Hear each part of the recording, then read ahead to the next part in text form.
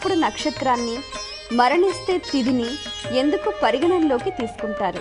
పరిగణనలోకి తీసుకుంటారు. Date of birth ఎందుకు ఆలోచించాలి కదా. స్కూల్లో చేరాలి అంటే, ఉద్యోగంలో చేరాలి అంటే ఏమడుగుతారు? Date of birth. ఎందుకు? ఏం చెప్తాం? మన వయస్సు ఇంత అని చెప్పటానికి పుట్టిన తేదీ. అంటే పుట్టగానే అమ్మాయో అబ్బాయో ఏ నక్షత్రంలో పుట్టారు అని అడుగుతారు కదా. దాని విషయం మనకు సహజంగా ఇవన్నీ అందులో భాగాలే. ఇప్పుడు పుట్టిన సమయం కావాలి, పుట్టిన చోటు కావాలి, పుట్టిన నక్షత్రం కావాలి. లోకంలో ఎవరైనా దేశము, వ్యక్తి, కాలము, ఈ మూడు లేకుండా ఎవరు ఏ పని చేయలేదు. నేను ఫలానా చోట ఫలానా సమయంలో ఉన్నాను. మనం ఢిల్లీ పోవాలి, రైలో, బస్సో, విమానమో, మొదలు ఏమడుగుతాం? ఎన్ని గంటలకు ఉంది అడుగుతామా లేదా? అదెందుకు మరి?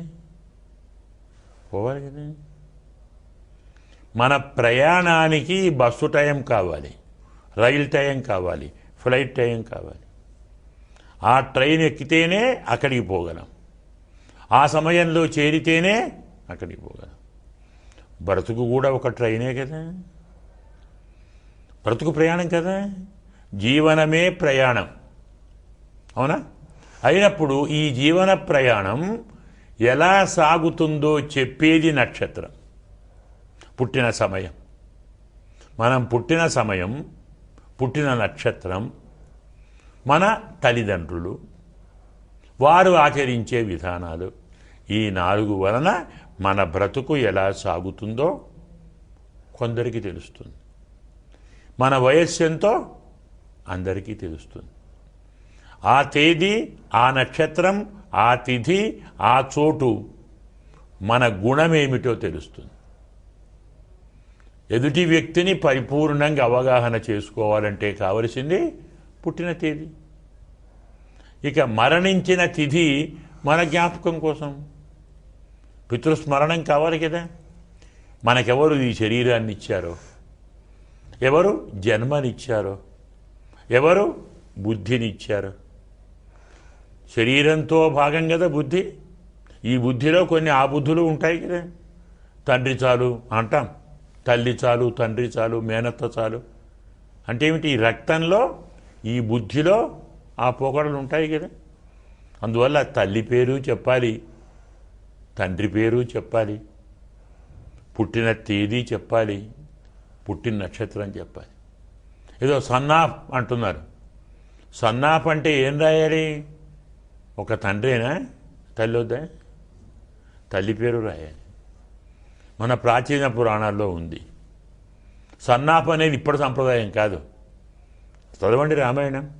రామో దశరథాత్మజ, హనుమాన్ మారుతాత్మజ, సీతాచ జనకాత్మజ,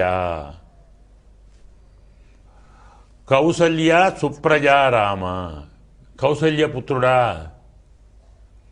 ఎంత విలక్షణ సంస్కృతి! తల్లి పేరు, తండ్రి పేరు, పుట్టిన ప్రదేశం పేరు, మన పేరు, మన పుట్టిన సమయం పేరు, ఇవి వ్యక్తిత్వాన్ని అంచనా వేయటానికి పనికొస్తాయి.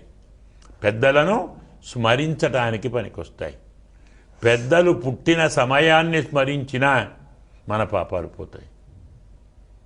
పెద్దలు పుట్టిన చోటు, పెద్దలు పుట్టిన సమయం, పెద్దలు పుట్టిన నక్షత్రం. కొందరు గంగా తీరంలో పుడతారు. ఎక్కడ పుట్టారండి? గంగా తీరంలో. మనం గంగా అంటాం కదా.